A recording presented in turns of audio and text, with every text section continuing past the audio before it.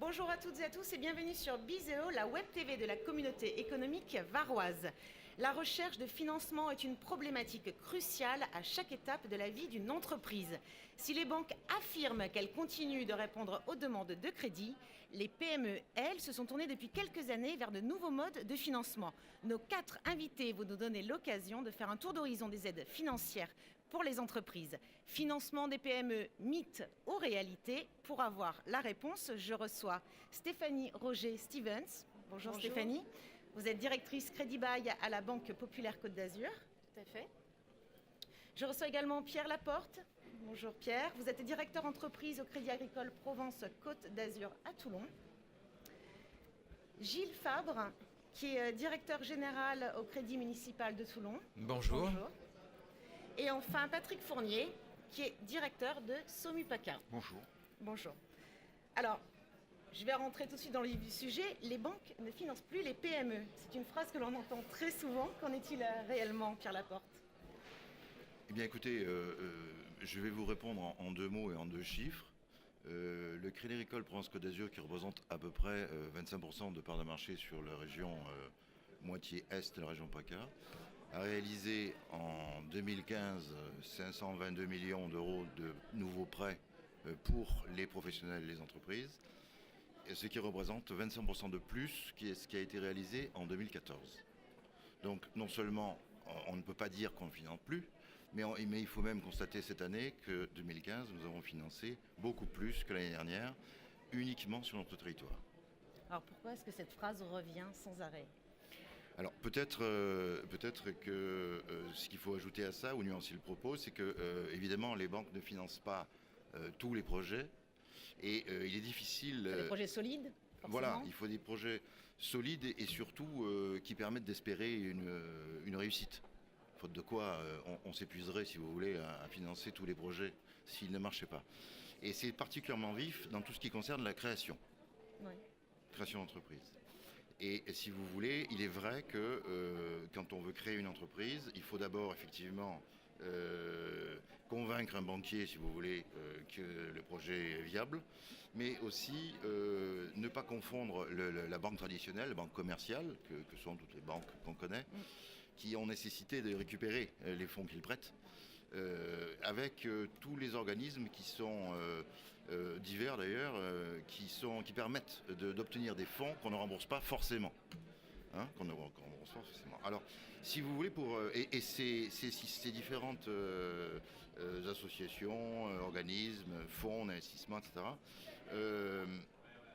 si vous voulez, ils sont non pas opposés au financement bancaire, mais complémentaires. C'est ça. Voilà. Et je vais vous donner, si vous voulez, juste un exemple simple, qui me plaît bien parce qu'il est à côté de chez moi, puisque je suis varois. Il s'agit d'un jeune agriculteur qui fait des légumes biologiques, un maraîcher, qui s'est installé depuis 3 ans à côté du Gapot, malheureusement pour lui, du côté de la Navarre, pour ceux qui connaissent.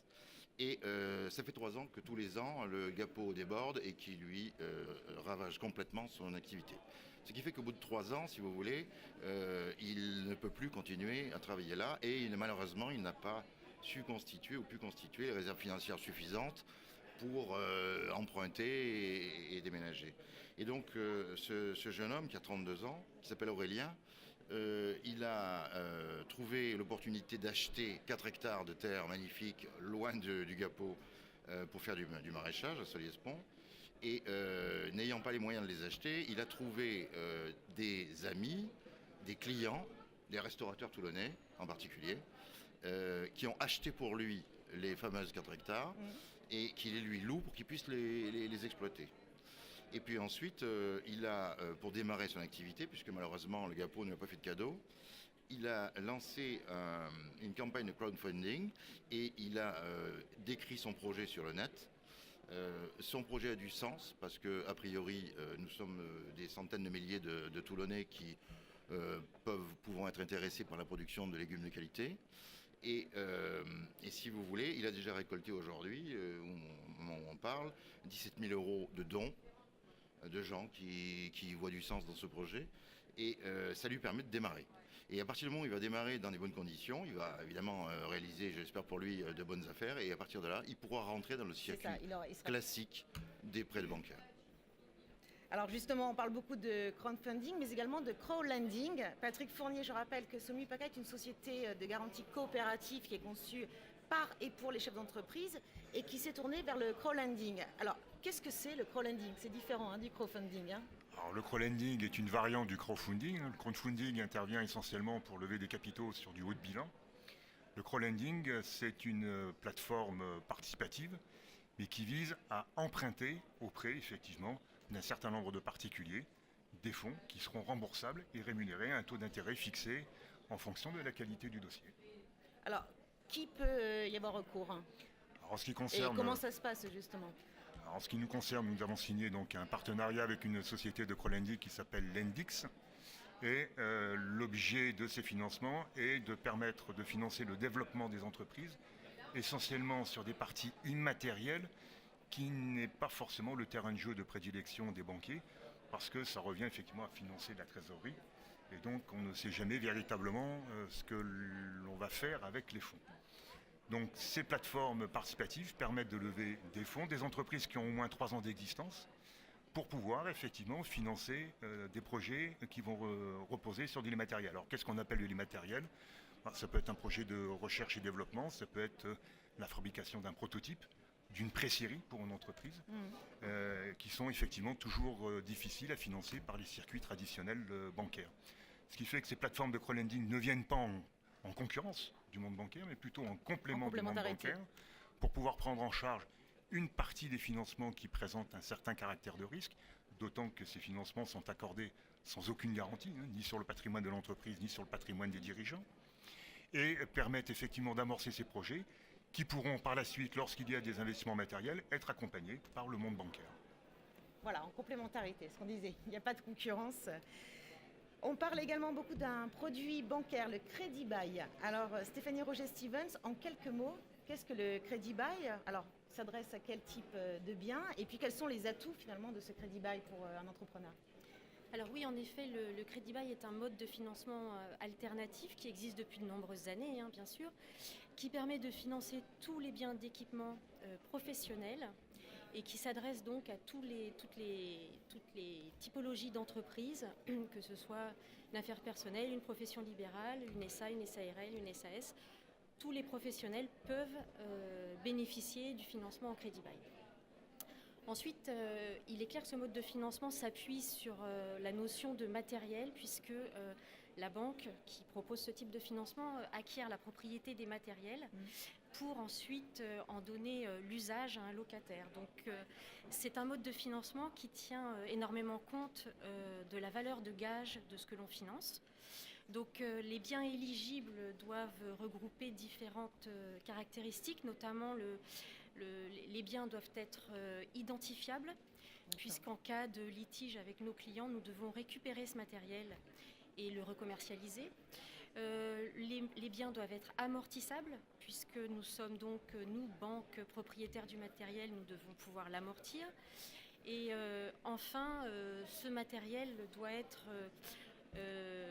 recommercialisable, donc il est préférable qu'il y ait un marché de l'occasion qui soit assez virulent et organisé pour qu'on puisse derrière le recommercialiser.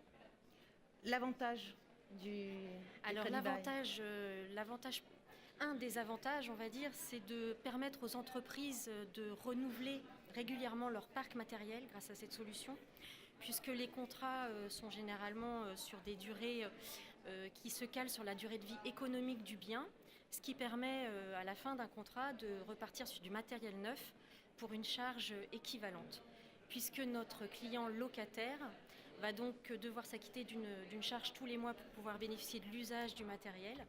Et donc, comptablement, fiscalement, l'entreprise enregistre ses loyers de Crédit Bail en charge au niveau des charges externes de l'entreprise. Donc, il y a vraiment dans le renouvellement du parc et maintenir son parc à neuf, un grand intérêt à pratiquer le financement via le Crédit Bail. D'accord, merci beaucoup. Gilles Fabre, le Crédit municipal de Toulon va lancer très prochainement ou a lancé C'est en cours, C'est en cours, un nouveau dispositif à destination des créateurs d'entreprises en partenariat avec l'Union patronale du Var. Alors, de quoi s'agit-il exactement? Tout à fait. Alors, on l'a vu tout à l'heure avec les différents intervenants. il arrive qu'un projet soit difficilement finançable, voire pas finançable tel que. Et nous sommes convaincus avec l'union patronale que le projet peut devenir plus intéressant à partir du moment où il est accompagné par l'union patronale, voire par des chefs d'entreprise.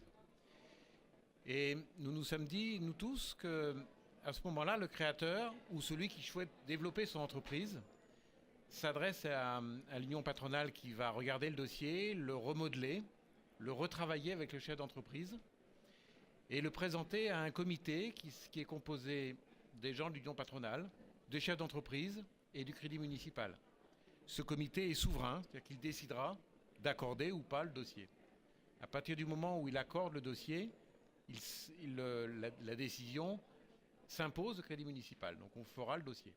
Ensuite, ça permet d'amorcer des financements qui peuvent être plus importants, faits par les différents partenaires que nous voyons autour de la table. Ça peut suffire. Tout est possible. Il peut y avoir des plateformes spécifiques qui viennent accompagner le projet, qui viennent grossir le montant en place. L'objectif étant de reformer le dossier et de lui donner un élan supplémentaire sur quelque chose qui n'est pas finançable à la base tel que présenté. Bon, on est d'accord que ces nouveaux modes de financement ne viennent pas en concurrence des banques. C'est ça, Pierre Laporte, elles interviennent à un moment précis de la vie d'une entreprise, que ce soit besoin de trésorerie peut-être ponctuelle ou à la création surtout. Les deux principaux stades où les entreprises ont besoin de fonds, souvent de manière importante, relativement importante par rapport à l'activité, c'est effectivement à la création, on en a dit un mot, et pour le développement.